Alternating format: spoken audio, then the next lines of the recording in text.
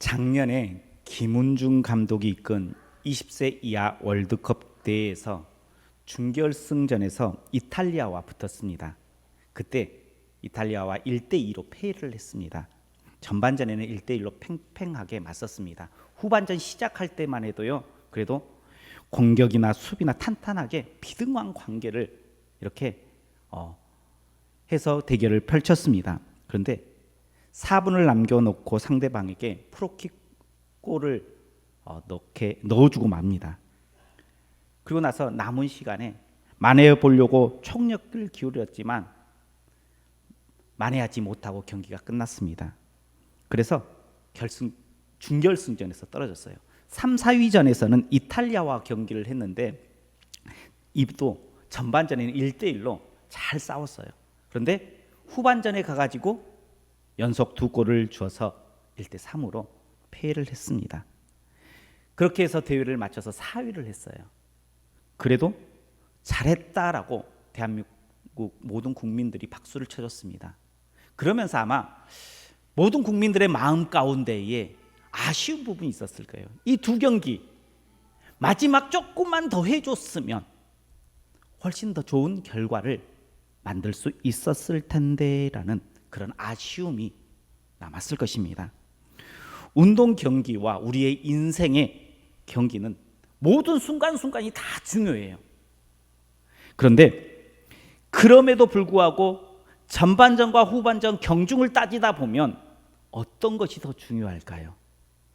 그래도 후반전이 훨씬 더 중요합니다. 그래서요, 하프타임이라는 글을 쓴 저자 밥 버포스가 이렇게 이야기합니다. 평범한 진리를 말하는데 승부는 후반전에 결정난다라고 이야기를 합니다. 그는 미국 텍사스 대학을 졸업하고 하버드 대학교 경영학과를 졸업해서 기업가가 됩니다.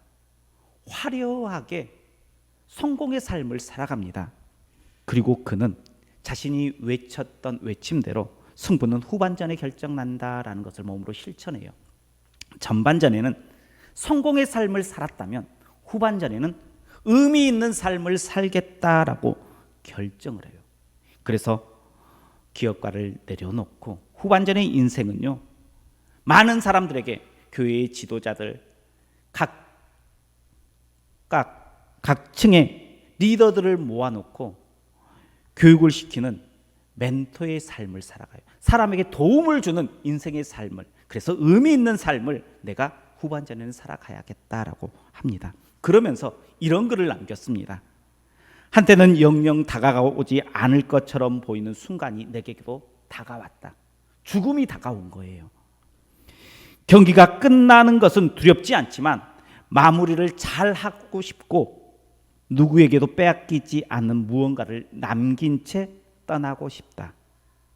전반전이 성공을 추구하는 시기였다면 후반전은 의미를 찾아 떠나는 시기이다. 승부는 전반전이 아니라 후반전에 결정된다. 전반전에는 실수를 할 수 있고 실수를 만회할 시간도 있지만 후반전에는 그것이 쉽지 않다. 후반전에 들어가면 이제는 어떤 방법으로 경기를 치러야 할지 파악하고 있어야 한다라고 이야기를 했습니다. 우리의 인생을요, 전반전 후반전으로 나누라라고 이야기하고 싶지는 않아요. 우리 성도님들의 전반전이 어떻고 후반전이 어떻고 라고 말하고 싶지는 않아요. 그런데 지금 우리는 한번 우리의 인생이 전반전이든 후반전이든 내 인생을 한번 뒤돌아 보았으면 좋겠어요. 그래서 내가 지금까지 어떠한 삶을 살았는지 한번 뒤돌아보고 앞으로 내가 어떠한 삶을 살아가야 할지를 고민해 볼 수 있는 우리 성도님들 되시길 주님의 이름으로 축복합니다. 우리의 인생뿐만 아니라 우리의 신앙생활도 그래요.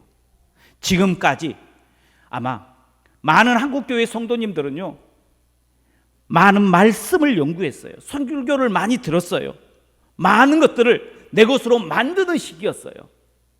지금까지 그게 우리 신앙생활을 해왔던 우리의 모습이었습니다.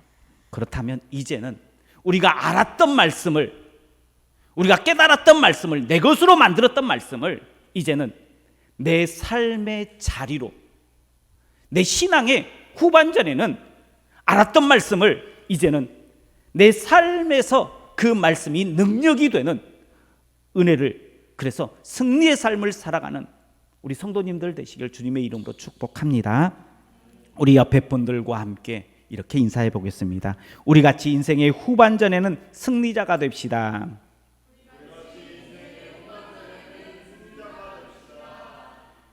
승리자가 될 수 있는 비결은요, 지금까지 내가 인생의 전반전의 신앙생활에서 많이 알았다면, 내 것으로 만들었다면 이제는 그것을 내 삶의 영역에서 나누는 거예요. 그래서 그 알았던 말씀의 능력이 얼마나 위대한지를 보는 거예요. 그것이 우리 인생의 신앙의 후반전의 승리의 삶을 살아가는 비결인 줄 믿으시길 바랍니다.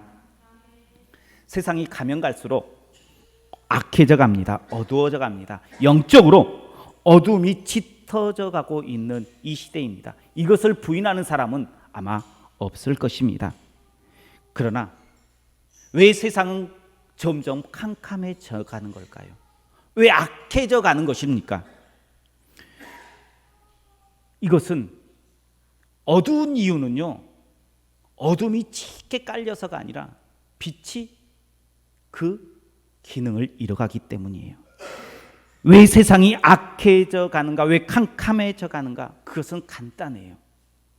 이 세상에 빛인 우리가, 성도가 그 빛을 잃어가기 때문이에요. 세상이 악해져 가기 때문에, 점점 어두워져 가기 때문에 이 세상이 어두워진 것이 아니라 내가 내 모습의 삶을 살아가지 못하기 때문에, 빛의 모습을 감당하지 못하기 때문에 어두워져 가는 거예요. 그래서요, 우리가요, 세상을 향해서 왜 이렇게 악해져 가는지를 한탄해서는 안 돼요. 우리는 세상을 바라보면서 그렇게 이야기하잖아요.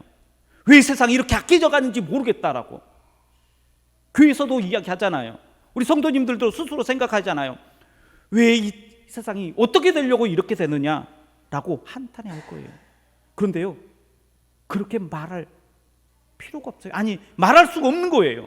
왜냐 그러면 이 세상이 어두워지고 악해져 가는 이유는요, 빛을 발해야 할 우리가 빛을 발하지 못하기 때문에 이 세상은 악해져 가고 어두워져 가는 거예요. 질타는 하나님의 백성인, 어떻게 보면 우리가 받아야 되는 거예요. 우리가 빛을 잃어버렸기 때문이라는 거예요. 예수님께서 우리에게 말씀하시잖아요. 너희는 세상의 소금이다. 너희는 세상의 빛이다 라고 말씀하셨어요. 우리가 빛인데, 이 어두운 세상을 밝혀야 될 존재인데 우리가 밝히지 못하면서 왜 이 세상이 어두워져 가는지 한탄할 일이 아니다라는 거예요. 요즘 성도님들의 수준이 참 많이 높아졌어요. 설교를 들어도요, 이거에 맞다 틀리다라는 것들을 어느 정도 내가 가늠할 정도가 되었어요. 성경에 대한 지식도 많아지고요, 하나님의 뜻이 무엇인지도 우리가 많이 깨달아졌어요. 성도님들과 이렇게 이야기를 해보면요, 우리 성도님들 한 분 한 분들의 그 믿음이 얼마나 깊은지, 얼마나 성숙되어 있는지, 때로는 존경할 만큼 많은 성숙의 삶을, 그 지식을 가지고 있는 것이 우리 성도님들입니다. 그런데도 왜 세상은 악해져 가는 걸까요? 그것은 우리의 신앙이요, 내가 지금까지 가졌던 신앙이에요. 내 것으로 만들었던 신앙이에요. 이 신앙이 삶의 자리에서 나타나지 못하기 때문에 이 세상이 점점 악해져 가는 거예요. 야고보서를 보면 우리가 잘 알 거예요. 믿음은 행함이 동반될 때에 살아있는 믿음이다라고 이야기해 주고 있습니다. 삶으로 드러나는 신앙이 전부다라고 말할 수는 없어요. 그러나 삶으로 드러나지 않는 믿음은 진짜도 아니다라는 사실을 우리는 알아야 된다는 거예요. 그래서요, 우리가 아는 신앙, 우리가 지금까지 배웠던 말씀, 그 말씀이 내 삶의 바운드 안에서 나타나지 않으면 그 신앙은 진짜가 될 수 없다는 거예요. 그렇게 해서는 우리가 세상을 밝힐 수 없다는 거예요. 더 나아가서 우리가 세상을 이길 수 없다는 거예요. 그렇다는 것은요, 우리가 하나님의 자녀이면 자녀된 삶을 이제는 삶의 바운드 안에서 드러낼 때에 세상은 밝아지고 우리의 삶은 승리자의 삶이 될 줄 믿으시길 바랍니다. 그런 의미에서요, 오늘 본문에 나오는 요셉은요, 믿음의 사람이에요. 믿음의 그 삶이 삶으로 드러나는 삶이었어요. 오늘 그 요셉의 삶이 어떻게 믿음의 삶으로 나타났는지를 나눌 때에 우리 성도님들도 그 믿음을 보고 나도 다시 그 믿음, 잃었던 빛의 그 믿음을 회복하는 우리 성도님들 되시길 주님의 이름으로 축복합니다. 먼저 요셉의 삶은 그 믿음이 드러났는데 사람들에게 드러나는 믿음으로, 사람들에게 인정받음으로 나타났다는 사실이에요. 우리 오늘 본문 말씀 3절과 4절 말씀 한번 같이 보겠습니다. 3절 4절입니다. 그의 주인이 여호와께서 그와 함께 하심을 보고 또 여호와께서 그의 범사에 형통하게 하심을 보았더라. 요셉이 그의 주인에게 은혜를 입어 섬김에 그가 요셉을 가정 총무로 삼고 자기의 소유를 다 그의 손에 위탁하니. 아멘. 요셉은요, 형들의 손에 팔려서 노예가 되었어요. 그러면 그 마음 가운데에 뭐가 자리 잡고 있어야 돼요? 그 마음 가운데요, 분노의 덩어리가 자리 잡고 있어야 돼요. 그렇지 않겠어요? 가장 믿었던 사람들, 그 형들의 손에 팔렸어요. 그러면 얼마나 억울하겠어요? 얼마나 많은 스트레스를 받겠어요? 그러면요, 그 분노의 덩어리가 그 안에 꽉 차 있어야 되는, 그리고 그 분노가 몸으로 표출되어야 하는 그러한 상태가 바로 요셉의 상태였어요. 그런데요, 요셉은 그렇지 않았다는 거예요. 요셉의 삶을 보면요, 분노 덩어리가 아니라 그 분노 덩어리를 찾아볼 수가 없었습니다. 그의 삶은요, 여전히 성실했어요. 그의 삶은 노예였지만 지혜로웠어요. 하는 일들마다 이상할 만큼 잘 풀렸어요. 오늘 본문은 그것을 이렇게 풉니다. 여호와께서 그와 함께 하심을 보며 여호와께서 그의 범사에 형통하게 하심을 보았더라. 누가 보았다라고 이야기해요? 그의 주인 보디발이 보았더라는 거예요. 보디발이 영안이 열린 사람이었을까요? 그래서 딱 보니까 이 사람은 하나님께서 함께하는 사람이구나 딱 알아차렸을까요? 하나님께서 요셉을 보니까 그 삶을 형통하게 하는구나, 그게 보디발의 눈에 보였을까요? 그만큼 보디발이 영안이 확 튀은 사람이었을까요? 만약 보디발이 영안이 튄 사람이었다면 나중에 요셉을 감옥에 보냈을까요? 안 보냈을까요? 안 보냈을 거예요. 보디발은요, 하나님을 직접 본 것이 아닙니다. 보디발은요, 아마 요셉에게 자기가 생각했을 때 불가능한 것들도 요셉에게 한번 맡겨봤을 거예요. 그런데요, 요셉의 손에 딱 들어가면요, 다 해내요. 요셉이요, 어떠한 일들을 맡겨지면 이것들이 술술술술 다 풀려져요. 요셉의 손에만 가면 모든 것들이 해결이 되어져요. 지금까지 꽉 막혔던 것, 그것들이요, 숨통이 튀어져요. 이 모든 일들을 보면서 보디발은 생각했어요. 이 일은 요셉의 능력이 아니야. 이것은 요셉과 함께하는 신이 요셉을 돕기 때문이야. 요셉이 형통한 것은 요셉의 능력 그 이상의 것들을 발휘하고 있는 모습을 보디발이 본 거예요. 보디발은요, 요셉의 형통 잘된 것만 본 것이 아니에요. 요셉이 주인에게 은혜를 입어 섬겼다라고 이야기하고 있어요. 요셉은 주인 보디발을 위해서 최선을 다하는 모습이 있었어요. 성실하게 보디발을 섬겼습니다. 요셉은요, 하나님께서 자신을 형통하게 하심으로 인해서 교만하지 않았어요. 내가 있어야 할 자리가 어딘지를 깨닫고 그 일들을 잘 감당했어요. 보디발의 은혜를 항상 기억하여서 자신의 본분에 충실했던 삶이 바로 요셉의 모습이었습니다. 그래서 나중에 보디발의 아내가 요셉을 유혹할 때도 이렇게 이야기합니다. 주인이 집안의 모든 소유를 다 간섭하지 않고 다 내 손에 위탁하였으니 이 집에서 나보다 큰 이가 없습니다. 주인이 아무것도 내게 금한 것이 없습니다. 오로지 당신뿐입니다 라고 고백을 해요. 요셉은요, 자기의 위치가 어디에 있는지 정확하게 알고 성실하게 그 일들을 감당하는 사람이었어요.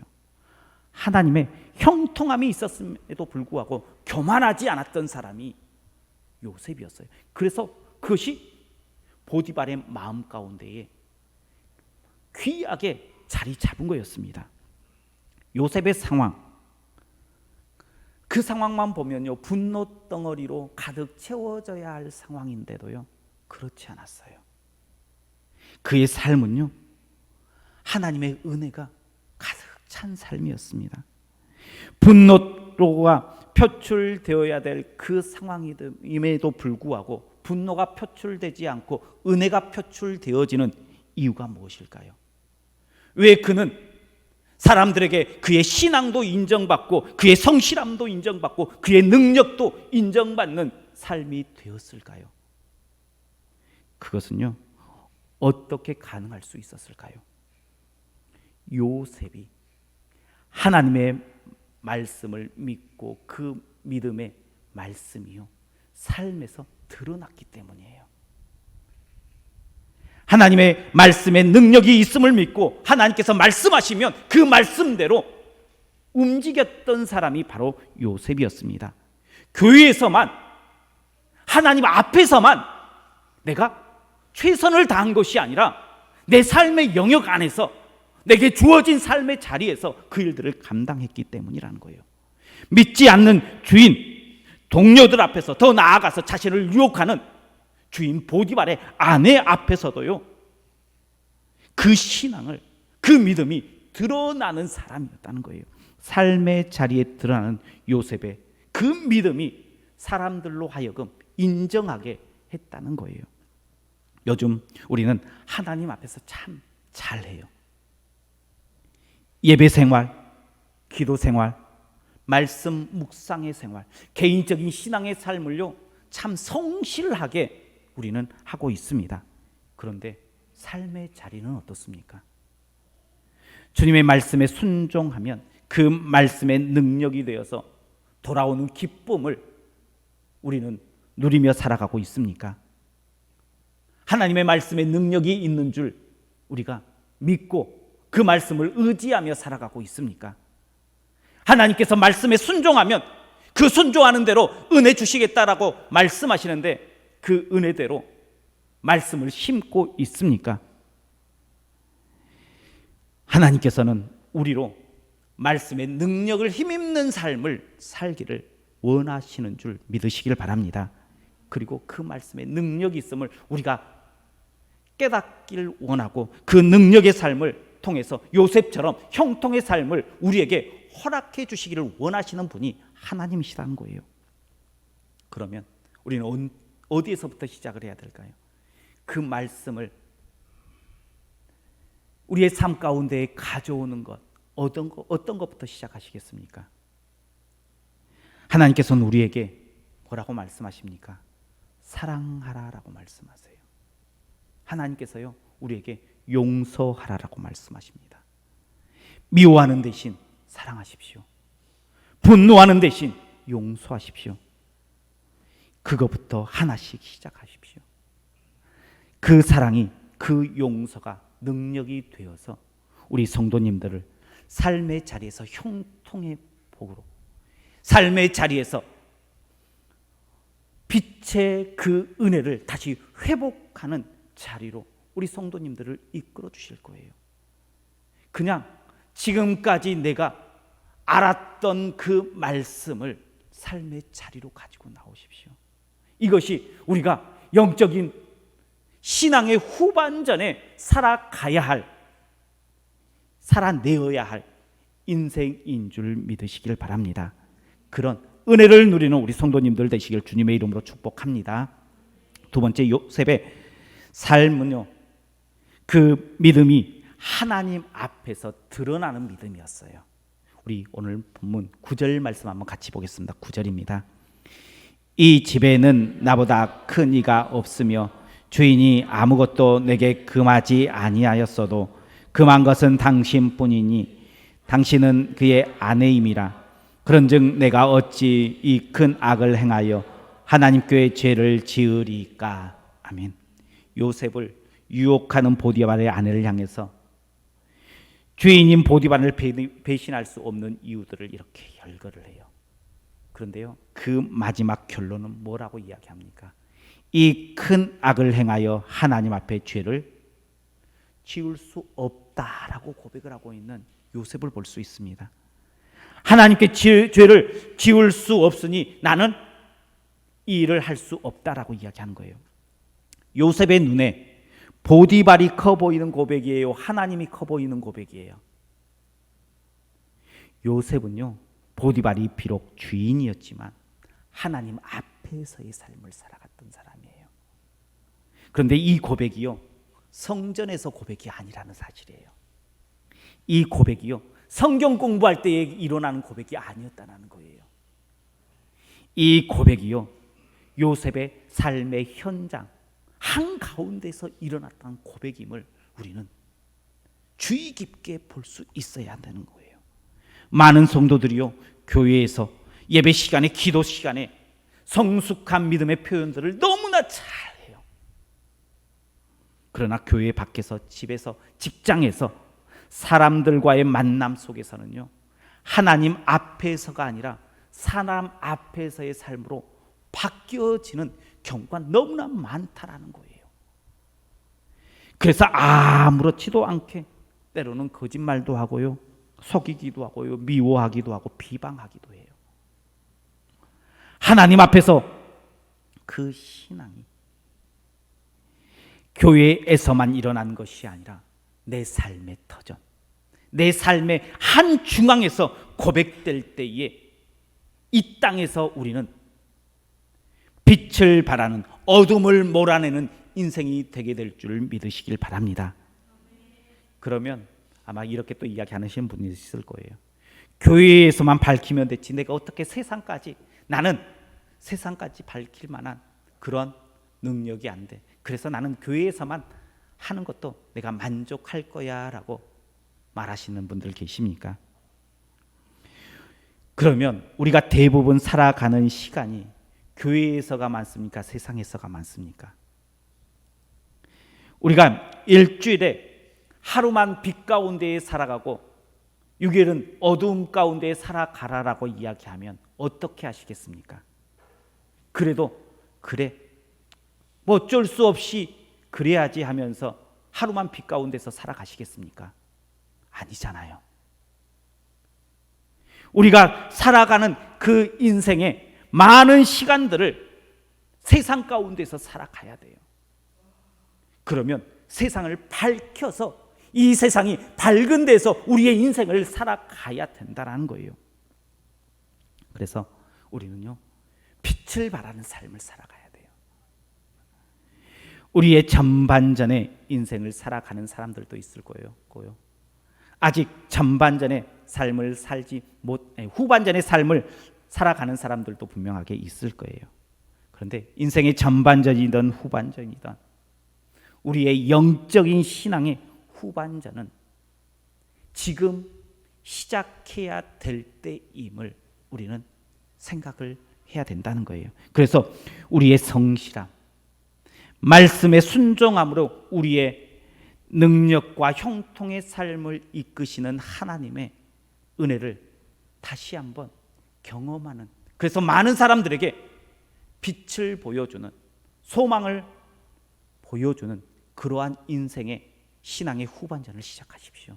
그리고요, 사람들 앞에서가 아니라 하나님 앞에서의 신앙을 다시 한번 시작하십시오. 이것이 우리가 우리의 인생의 삶 가운데에서 고백되어져야 될 고백이에요. 지금까지는 우리가요, 교회 안에서, 믿음 안에서 개인적으로 많은 것들을 누려왔어요.